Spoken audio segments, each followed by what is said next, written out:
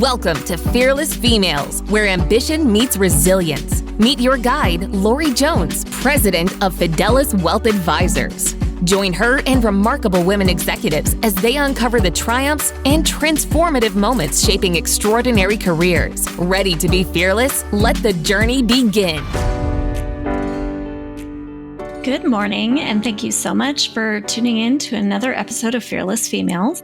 Shout out to Fidelis Wealth. Thank you so much for sponsoring this for us. They make it possible for me to go ahead and have all of these great conversations that I love, and I hope you do as well.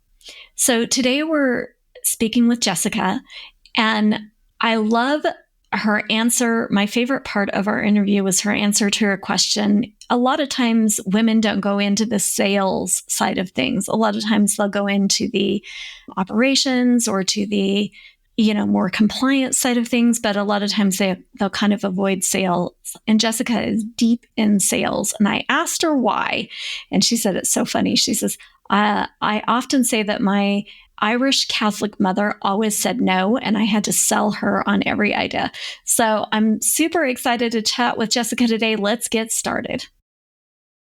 So I'm so excited that we all get to be here today to listen to Jessica Golle. She is the Chief Commercial Officer of Agio, and I'm really excited about our conversation. I met Jessica not too long ago, and I am so excited to hear what she has to say. Thanks, Jessica, for being on this. Thanks, Lorie. Couldn't be more excited. This sounds like such a fun forum.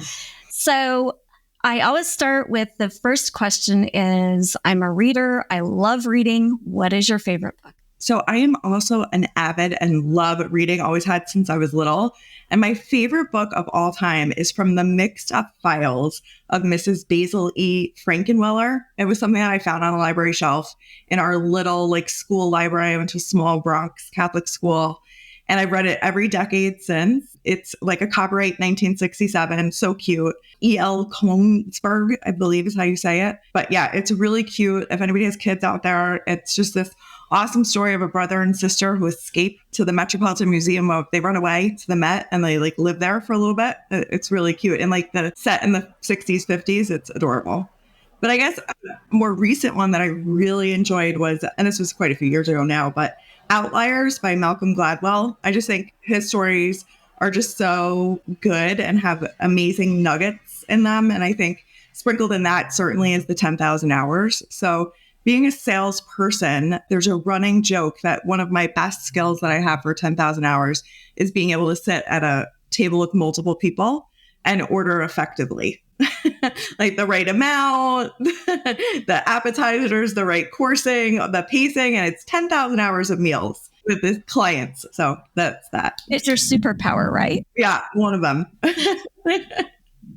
So I think it's funny that you mentioned that book. That's one of my very favorite books, The Mixed Up Files. It's one that I read when I was young, too. And I just loved the idea of getting locked in a museum at night and being able to just go through and see all the fun things there were to see without anyone else there. I liked also the ingenuity of it. The way that they got money was by taking it out of the fountain, and how the older sister still made him take a bath, all those fun things. It was really cute. It is. I agree. It's a really cute book. And those are both good suggestions. I've actually read both of them. So I agree. I love it. So tell me a little bit about your journey, Jessica. How did you get where you are today? How did you end up, and what do you do? So a little bit of my journey, grew up in Riverdale in the Bronx and sort of stayed here I'm back actually in an apartment in Riverdale right now, which is super fun. Lower middle class family. So my dad did go to college. He was graduated as a teacher, but ended up being a court officer. My mom worked in a pre-K as a teacher's assistant. And the whole idea of going to school and college and all that kind of stuff was on us. We had to decide, and my sisters and I put in our own applications. I don't really think parents weren't even reading the college essays at that time, that kind of good stuff that was going on. And I had always said, well, I want to be in business because I want to make money. And I didn't necessarily know what that was. I didn't really have much guidance on that. My first job that I landed was at Reuters in 1998, and I was doing data entry. I was a fixed income analyst, and basically it was checking the S&P files when there were blips. It was really not engaging. And what had happened was I knew I kind of wanted to get into like finance, business. One thing is I am linguistically challenged. So languages don't come easy to me. The program at Fordham University where I went didn't require a language. I was like, well, that's a win right there. But during, I'd say my junior year, I was super excited about all of my sales and marketing classes. And I'd come home and show the projects to my friends and roommates and all that kind of stuff. And my finance classes were sucking the joy sort of out of my life in a little bit. Fun. for that particular sort of situation. And it was then I realized like, oh, wait, I have this good background in finance and I understand the fundamentals and understand the different pieces. Not sure I want to do that. I liked the activity around and the creativity around the sales and marketing bit. So I essentially switched my major around to sales and marketing with a minor in finance. So for what I do every day is essentially we sell managed IT and cybersecurity services to the alternative investment space, finance clients. So it started primarily with hedge funds because our CTO and founder came from hedge funds. And I had a background of having sold to hedge funds for about 15 years, the time that I joined Reuters, joined Agio. And essentially we've, expanded that to private equity markets, family offices, and most recently the RIA space, the registered investment advisors. That's essentially how we met. Yeah. So you came up through finance, so you could speak finance, but maybe spreadsheets and dark rooms with lots of numbers were not your thing. Not my thing. You went into the human side of finance. I love that. But you're able to talk, both sides of the equation. I've often said that sometimes you need an interpreter when you've got those numbers driven people. Absolutely. And since it's a little bit more on the technology side, that interpretation, I think, is really needed, right? Like understanding when people have issues with their platforms or even the human understanding of it when, a trade is about to go through and your technology collapses, like people might be frustrated on the other side, or if you have to, close out the books at the end of the day, understanding all that sort of good stuff has certainly been helpful during the sales cycle. So currently today I'm running the sales team and also the marketing and the revenue operations functions within the firm Agio. So it's fun. Every day is different in sales. I always say that. And certainly every day here, even on a little bit more of the operation side, is different. Mm-hmm. I want to ask about that really quick because, through my research and stuff like that, women don't go into sales as often as men do. So why did you choose sales and how did that come to you? And did it come easy? Do you do it in a different way than they do? Or do you do it just exactly? And, talk to me a little bit about that. Oh, I love that. So I often say my Irish Catholic mother always said no. So I always had to negotiate with her. So I can... like if I wanted to go to the park, I wanted to go with my friends, or I wanted to do this. No. And then I would have to present my case. So it maybe comes from her saying no my whole life. I think I was telling her I was going on a vacation and she didn't like the locale recently. And she said, no, you're not. And I said, well, I think I am. So that's kind of funny. So I think maybe the genesis was there. In college, there was a lot of bartering. I had a car, other people didn't. So, it was always a negotiation. Well, lend me one of your meal passes. I was a commuter at Fordham and I'll drive you to here. So there was always this little negotiation and bartering sort of in my life. My dad says it was in my blood from my grandfather. But you're right. There weren't necessarily as many women around me, or certainly not as many. But when I got to Reuters and moved internally, I saw a position. I was in the data analyst sort of area and saw a position in the city, in New York City. I was in Connecticut office for sales. It was intriguing to me, right? And the individual, a gentleman that was my boss, asked me to just explain a concept in 3 particular stages to sell him something. I got up, I did that. It was easy. I enjoyed it. And being able to sort of stumble in your passion of something that actually feeds your soul and you want to get up for work. I remember most of my friends were in entry-level jobs and not necessarily enjoying them, and jokingly saying, should we meet, in a dark humor way and jump off the Empire State Building? What should we be doing? And I was like, oh no, I'm having a great time. I love it. So it was kind of fun to stumble into that piece. And then when you look back, it's the signposts in the rearview mirror that kind of tell you what you were doing there. I will say this is a fun female story. At Reuters, we had a group of women that really all worked together well. I think we were lucky because we came up at a time where the glass ceiling had been broken for us. We could still act as women. We didn't necessarily have to put on this tough male persona. We were able to embrace who we were. There was a little bit of, this is not very PC today, but catcalling, oh, the Raiders girl's here or something to that effect. And you sort of embraced it and worked your way of my thing was to throw a squishy ball at the guy's head that was being silly on the trading floor or something to that effect, but not taking offense. But I will say we totally came together as a group and we would share leads with each other. And if you could get someone to be the subject matter expert on you always sort of linked up with the woman. And we went lunch or dinner and everybody would put it once a month and we would put it in our calendars as Fab Asset Management. So people were like, who's this Fab Asset Management? We're like, great account. And we're still friends to this day. So 20 years later, those friendships, I just had dinner about a month ago with 3 of the women that were in the group. So that's been fabulous to sort of have that throughout. And I've had that foundation of really helping each other. Yeah, I love that. I love that you were able to find your tribe, is how someone described it. You found your tribe in the middle of the whole landscape, and you found those people that you could support and still be close to years later. Yeah, they're wonderful. So tell me, what is the best investment that you've ever made in yourself? This is so funny. This is my note, and it sort of really just plays into that. But it was time with my girlfriends and sisters and making sure that we were able to carve out that time. I had sort of a sad story, but it turns into really just a good life lesson. One of my girlfriends had gotten married very young. We were all young, whatever, when she was getting married, and her husband was killed in an accident.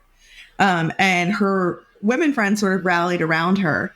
And she reflected and said, I was so caught up in my newlywed bliss and you guys would call me to go out and I wouldn't do it. And here you are for me in this situation. And it's something, I think, a principle that we've kept. I just was out to dinner last night celebrating with my sisters and my best friends the fact that I am now the chief commercial officer here at Agio. So this is all, I think, super important. And I truly believe that time with women, carving it out, making sure you don't get caught up. I didn't actually have kids, but I've been married. I have a bunch of friends. I have a, work that has obligations that might be dinner time or whatnot, but carving out that time to really be able to sit and embrace in that time of people that are going through exactly what you're going through or in different parts of your life, I think is super important.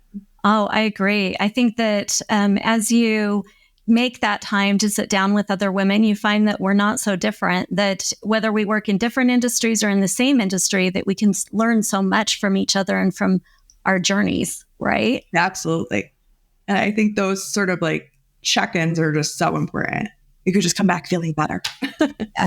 It fills your bucket. That's an important thing too, I think, to realize that you need to take the time to fill your own bucket because there are days it can get hard out there. Yeah, absolutely. So what about the worst advice someone gave you? And did you take the advice? So this sort of goes to your question that I don't think I fully answered before about how you're selling differently. So I have a wonderful friend that I bounce ideas off of. We call each other sales partners.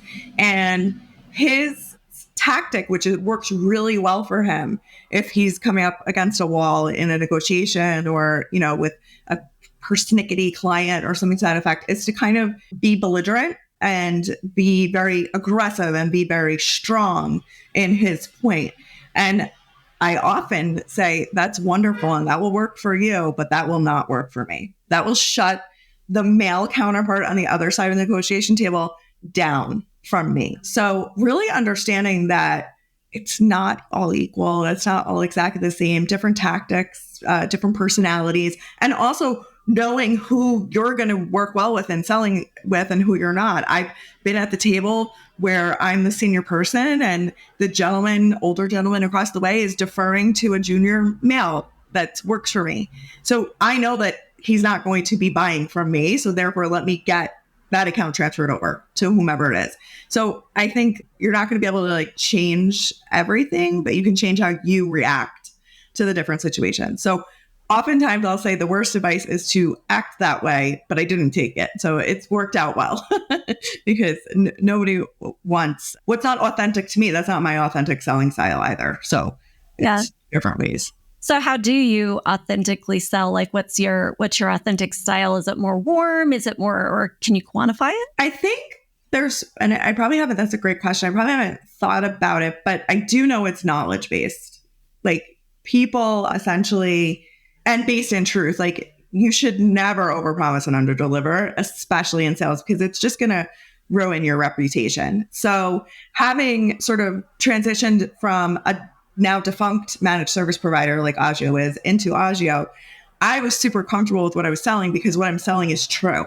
I don't want to overextend. Oftentimes, like a salesperson's impulse might be say, oh, yeah, we can do that or whatever. But no, like you have to set up what the framework is, what the parameters are. And I think, being a little bit more, I would say I am warmer. I like to joke around a little bit. I like to be friendly with my clients. And but it's all steeped in knowledge. If you don't know what you're talking about, people will understand that. And then figuring out like a likability, like everyone is a human being at the end of the day. And one of the best pieces of advice I ever got was try to sit across from somebody that you think that you don't care for, that you think you don't like. And everybody's a human and you're going to find something that you like. Oh, I love that. And it actually came from, I was at a Goldman Sachs conference and it came from Senator Frank, like the Dodd-Frank bill, I think it was, or maybe it was Dodd, I'm forgetting the senator at the time. But essentially he said that he believes the problem in Congress today, which I just think is so fascinating, is that everyone, because plane tickets were so expensive, call it 30, 40, 50 years ago, everyone went and moved to DC. And even if you were on the opposing party, your kids were playing like Little League together and you were talking. So his advice to young senators was always go find the person that you think is completely on the other side of the spectrum of your belief system and have breakfast with them, because you're going to understand this sort of sense of community and understanding that we're like all really in this together. So fascinating. So I've taken that with me in work. The joke is like for newer people that I don't necessarily know, or I don't have the same style as, at a summit, I might sit next to them just so I can try to like find that bond and that moment, so that in the moments of frustration, if you have different work styles, you just still remember that everybody's a person. I like that. That's really good advice, to look for those that have differing viewpoints from you and learn from them. And I think the word I would use for your selling style is very authentic too. Thank you. So what about regrets? Is there something you look back on and you're like, oh my goodness, if I knew then what I know now, I would have done that differently? It's business is business, right? And at the end of the day, there's a bottom line. I was let go from a job that I really enjoyed, and I put a lot of like blood, sweat, and tears in. And I had a mentor, and I took it personally that when really at the end of the day, the sales just weren't there. Like it was him or me. Like what was he going to do? He had to keep working. But I think if I had to look back on that, I would really have preferred, I would say, to keep that mentor in my life and keep that person in my life and really not have been so personally affected by it. Uh-huh. And everything happens for a reason. It sort of set me on this path to where I've been now. There was a hop, one more job before I got here, but set me on this path, certainly. And I've enjoyed like the last 12 going on 13 years at this firm. So it got you where you were today. How would you have done it differently? I think I reacted. I was younger, and I think I reacted like as if it was a personal offense, and I was upset by it. I mean, not to say that in the moment it's easy to look back now and say, "Oh that was my livelihood. That was like, what am I going to do?" But it really, like, there's a lot of jobs out there. I've been on the flip side now of having to let go of people and different things. And one of the most wonderful gentleman, like I was getting choked up because it was during COVID. He had just had a baby, and he turns around to me and he goes, "I'm going to be all right." And I was like, "You are." Thank you. Like he was comforting me in the moment. And I think to have that grace was just really lovely. And I would have liked to been able to look back on my situation there and have reflected that way. That's good. It's good advice too, to kind of think about those situations that you could take emotionally, or you could maybe learn something from on the other hand, and maybe take an extra deep breath before you react, right? Absolutely. Easier said than done. Totally. I mean, I hope that's a lesson learned if the situation ever arises again. What is the one thing you would tell your 20-year-old self if you could go back and talk to her? Yeah, I would say fake it till you make it. You don't have to have all the I's dotted, the T's crossed, every single bit of the job description in there. And this is not in a lying way, but I think women or females really want to have their ducks in a row before they go for something. And I've seen my male counterparts and colleagues just toss their name in the ring, even if they don't have 4 or 5, 3 or 4 of the 10 things that they need to be in there. I don't think that you need to sort of be perfect. Just understand that like incremental progress, and understand that if an opportunity presents itself, go for it. I would say that's what I would say. I probably sat back a little bit more and waited for the promotions or different things versus saying like, I really want this. Mm-hmm. Sometimes it's hard to do that. You feel like, what if I fail? Everyone's going to laugh at me, right? That sort of syndrome. But I agree with you that if you take that chance, what if you don't fail, right? Mm-hmm. What if you fly? What if you fly? Yeah, I agree. Totally. What scared you the most when you started your career, and does it still? I would say it was authority, and no. So it was almost like don't question when somebody says something, and you could have like an alternate opinion. You could have had a different experience, and you could actually say, I know this is the way that I would actually do this, and maybe speak up about it. And I think jokingly, my CEO, and I'm not sure if I think we met briefly at the conference, he would say he would not think that was my problem today in terms of speaking up. But I think that was probably it, at the start, just being a younger person coming into a world that I didn't really know, the business world.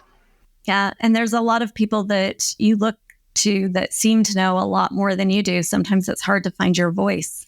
Absolutely. So if you do have to disagree or present an alternate opinion as a young person, how would you suggest they go about doing that? Because that's a hard skill. Yeah, I think it is. I mean, I've been very lucky that the culture in our firm right now supports the lexicon even of saying, I'm just going to speak up on this. I maybe think that this would be the way I would tackle this. What do you think? I'd welcome your input. I think there's a lot of ways to just softly say, oh, this worked for me before. I'm wondering if I could run this by you for the situation that you just talked about. And sometimes people say, no, prescriptively, I want it to be this way, but at least you have your voice and you're not frustrated by it. Yeah, I like that. It sounds like using a lot of question words. Explain this to me, or would you mind helping me understand what you're talking about? I use you as a sounding board. People love to help give their opinion. Yeah, I love that. What about unique challenges because you were a woman? Did you face any of those through your career? Yeah, I mean, certainly there is, and I don't know if it's unique. I think many women face this, but there's if you got excited about something or you got, really wanted your point to come across, oh, you're very emotional. Don't get emotional about this. And it's like, he was just yelling 5 minutes ago and nobody said that he was emotional. So that kind of thing certainly happens, and it is what it is. Being comfortable with who you are, I think, is super important. Oftentimes, I am the only woman at the table, whether it's at a dinner or it's at a boardroom or wherever it is. So just understanding, that might be the case and being comfortable in your own skin.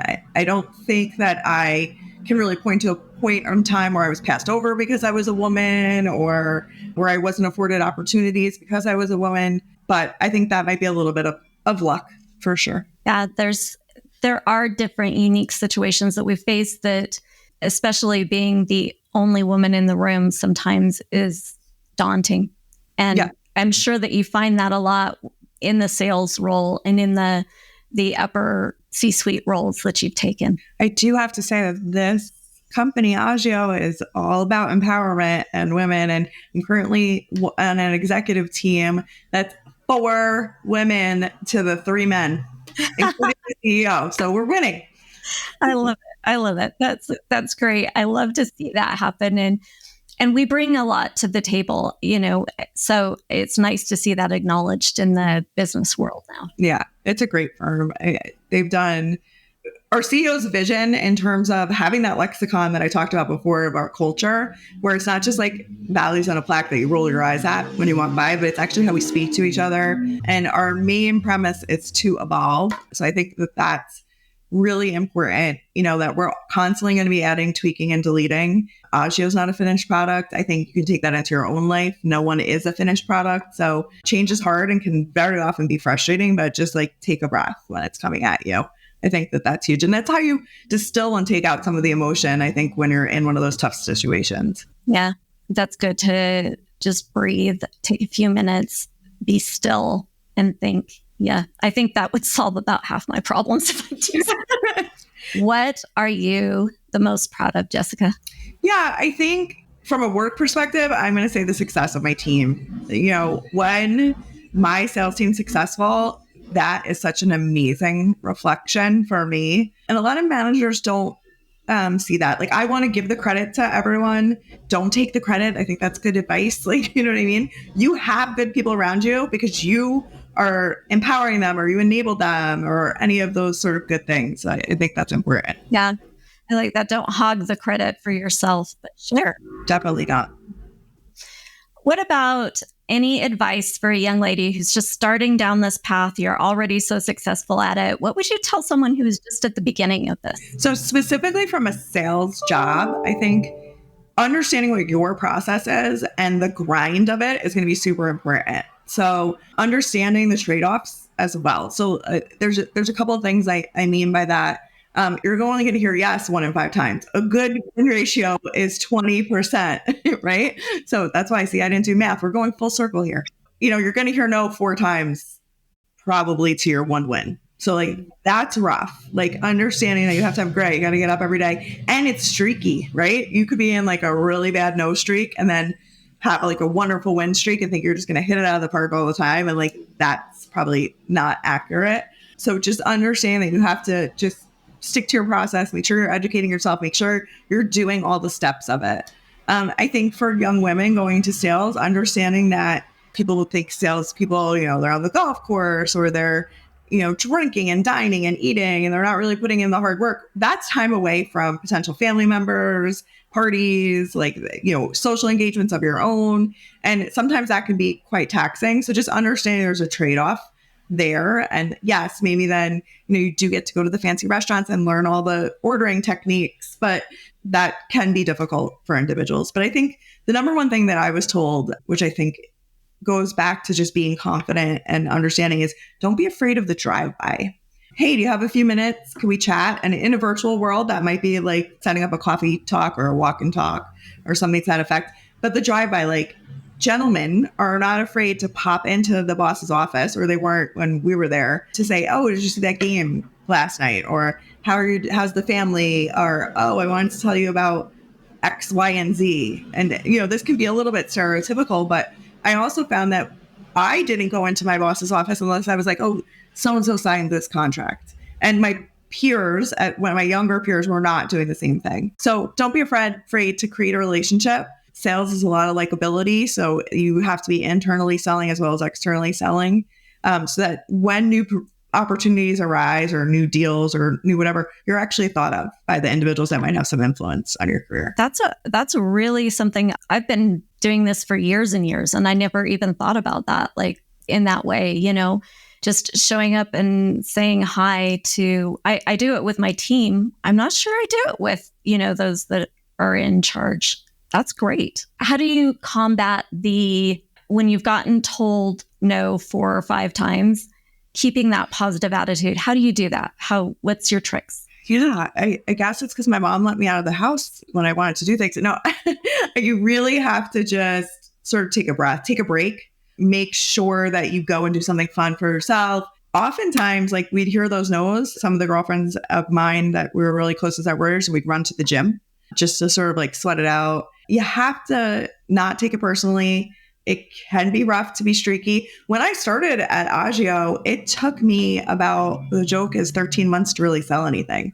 We were a newer company. Part of what I was doing was going out, but I would go home every day to my then husband and say, I think they're going to fire me. I haven't sold anything this month, kind of thing. But just making sure that you stick to your process and that you have something good.